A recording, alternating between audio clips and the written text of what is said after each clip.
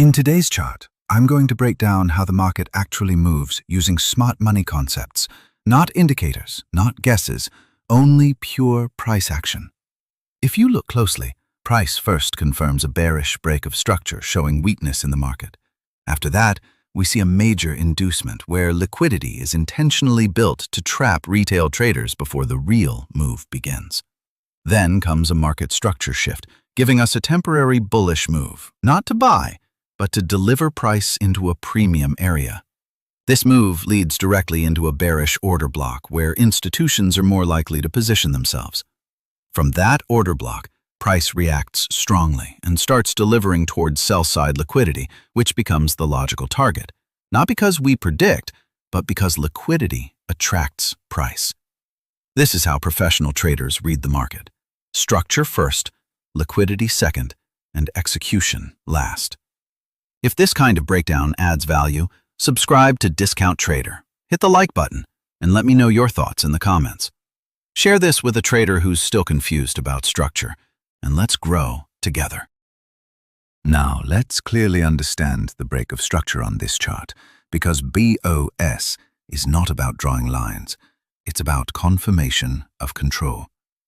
On the left side, price is already respecting a bearish market structure, forming lower highs and lower lows. The key point to focus on is the previous protected swing low. This low represents the last area where buyers were able to defend price. When price closes decisively below that swing low, we get a valid bearish break of structure. Notice this is not just a wick, it's a strong candle close with displacement. That candle tells us sellers have absorbed buy orders and now control the market. This refinement is important. A BOS must be confirmed by a candle close, not by a temporary spike. Wicks show reaction, but closes show intent. That's why this BOS is reliable and not a false break. After the BOS, price does not continue immediately. Instead, it creates a pause and starts building liquidity. This tells us the market is preparing for distribution, not reversal. So, in professional terms, this BOS does two things. First, it confirms bearish bias. Second, it allows us to wait patiently for price to retrace into premium areas instead of chasing the move. Remember, BOS is not an entry signal. It's a context signal. Once structure is broken, we align with that direction and let liquidity and order blocks guide our execution.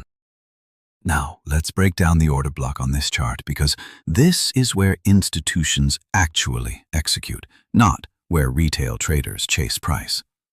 After the market confirms a bearish break of structure, we see price retrace back into a premium area. This retracement is intentional. It allows smart money to rebalance positions before the next expansion. The order block here is defined as the last bullish candle before the strong bearish displacement. Notice how price leaves this area aggressively, creating imbalance and showing clear selling intent. That displacement is what validates this order block, not the candle itself, but what happens after it. When price returns into this zone, we are not buying or selling blindly. We are simply observing how price reacts inside the order block. In this case, price taps into the zone, shows rejection, and fails to continue higher. That reaction confirms the order block is still respected. A professional refinement here is focusing on the internal structure of the order block, especially the 50% level, rather than using the entire range. This improves precision and reduces risk. Once the reaction is confirmed, price delivers away from the order block and starts moving towards sell-side liquidity. This shows that the order block was not random. It was a point of distribution. So remember, an order block is not a magic zone. It's a location of prior institutional activity, validated by structure, displacement, and follow-through. Now, let's clearly understand the market structure shift, or MSS, on this chart. Because MSS is often misunderstood as a trend change, when in reality it's a change in short-term control. Before the MSS forms, price is in a clear bearish structure, making lower highs and lower lows. Sellers are in control. The key point to watch is the last lower high inside that bearish trend. This level represents where sellers previously defended price. When price impulsively breaks above that last lower high with a candle close, we get a valid bullish market structure shift. Notice this break is supported by strong displacement, not weak overlapping candles. That tells us buyers have temporarily taken control of the short-term order flow. This is an important refinement. MSS does not mean the trend has reversed. It simply signals that price is likely to retrace deeper, often into premium areas, to rebalance liquidity and deliver price into higher time frame levels. In this chart, the MSS creates a controlled bullish move that leads price directly into a bearish order block.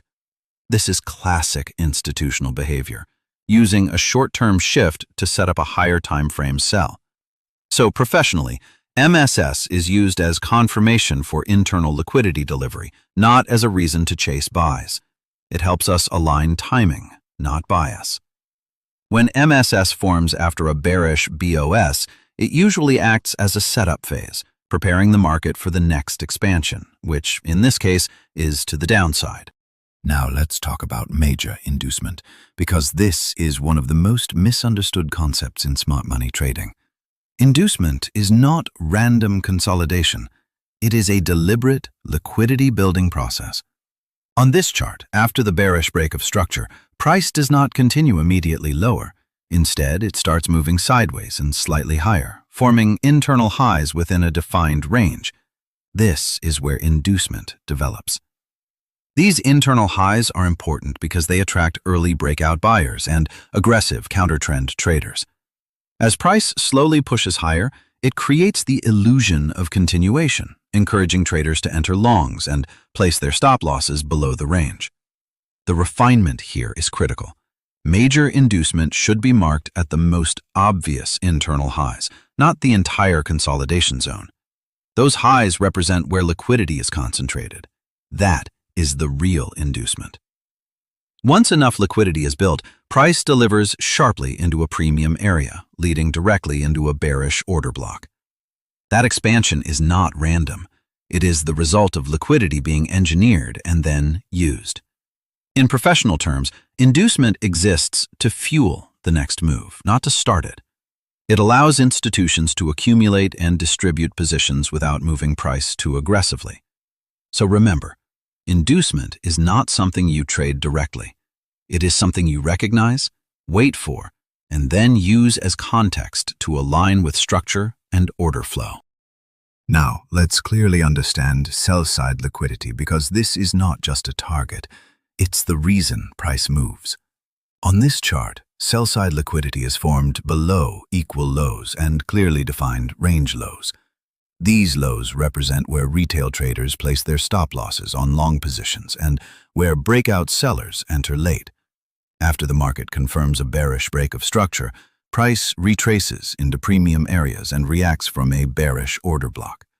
Once that reaction happens, price needs a logical destination, and that destination is sell-side liquidity. Notice how price is consistently drawn toward these lows. This is because liquidity acts like a magnet. Institutions require opposing orders to exit or scale positions, and sell-side liquidity provides that fuel. A key refinement here is understanding that not every low is liquidity. The most valid sell-side liquidity is found at obvious, well-respected lows, areas where price has previously reacted multiple times or formed equal lows. That is exactly what we see marked on this chart. As price approaches sell-side liquidity, volatility often increases. This is where stop losses are triggered, allowing smart money to close shorts or rebalance positions. The objective is not to reverse the market, but to complete the delivery. So professionally, sell-side liquidity is not guessed. It is identified through structure, symmetry, and trader behavior. When structure aligns, price seeks liquidity. Now, let's break down the sell trade execution on this chart, step by step, exactly the way a professional trader approaches the market.